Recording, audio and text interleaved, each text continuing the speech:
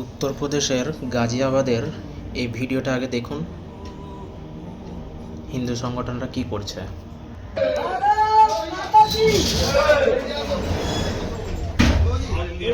अपनी बहन बेटी की सुरक्षा के लिए अगर बांग्लादेश जैसी स्थिति पैदा होती है तो मुल्लाओं को प्रार्थना है, विधर्मियों को अपनी सुरक्षा हेतु जय श्री राम, जय श्री राम।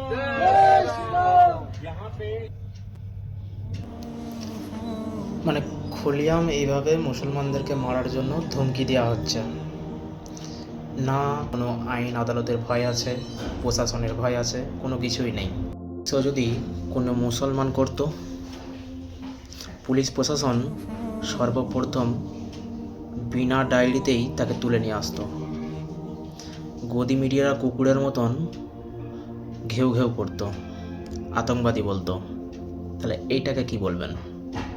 আমি আপনাদের কাছে প্রশ্ন করতে চাই, গদি মিডিয়া, নির্লজ্জ মিডিয়া, যারা সরকারের দলদাস হয়ে থাকে, চটি চাটতে ব্যস্ত থাকে,